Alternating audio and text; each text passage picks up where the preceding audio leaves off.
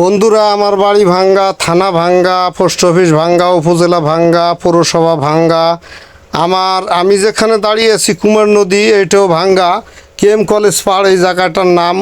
এখানে অনেক আগে খেয়া ঘাট ছিল। এই খেয়া দিয়ে মানুষ এপার থেকে ওপার পার হইতো। পর্যায়ক্রমে যুগের পরিবর্তনে আপনার এই ব্রিজ হয় কেএম কলেজের। এই ব্রিজের উপর দিয়ে বহুত মানুষ এই হাইটে যায়, বিভিন্ন গাড়ি ঘোড়া নিয়ে যায়। তারপরে এই খেয়াঘাটটা বন্ধ হয়ে যাওয়ার পর এখানে বিভিন্ন মানুষের এই ভাঙ্গা শহরের পৌরসভার যত লোকজন আছে সবাই গাড়ি বইরে বইরে আপনার এই ময়লা এই জায়গায় এনে ফেলায়। বেদায় এখানের যে নদীটা, এই নদীটা আপনার বেশি দিন হয়তো থাকবে না।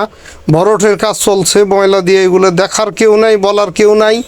আমার এই ভিডিওটা যদি কোনো লোকের কাছে যায়, আপনারা একটু বিচার করবেন যে নদীটা কি ভরা ঠিক হইতেছে। এই নদী যদি বাঁচে, কৃষক বাঁচবে, নদী থেকে পানি যাবে, মুক্ত বাতাস মানুষ পাবে, মাছ বাঁচবে। এই শহরের দেখেন নোংরা পানি নামতেছে নদীর বুকে। হ্যাঁ, আমরা কতভাবে অত্যাচার করতেছি।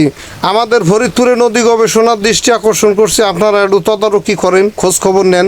পৃথিবীর বিভিন্ন দেশে দেখছি নদী খনন করে সেই নদীর পানি কৃষিকাজে ব্যবহার করে।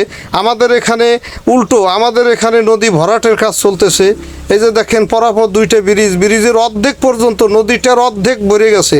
মনে হয় সম্ভবত 6 মাস পর ফাল দিয়ে নদী পার হওয়া যাবে, আর ব্রিজের উপর দিয়ে যাওয়া লাগবে না। এখানে মাঝে মাঝে আগুন ধরায়, ব্রিজের খুবই ক্ষতি হয়। ব্রিজের টেম্পারেচার নষ্ট হয়ে যেতে পারে, ধাউ ধাউ করে আগুন ধরায়। ফায়ার সার্ভিস এসে আগুন নিভায়। এখন আমাদের কথা হলো, এই ভিডিওটি যারা আপনারা দেখতেছেন সবাই শেয়ার করেন বেশি বেশি।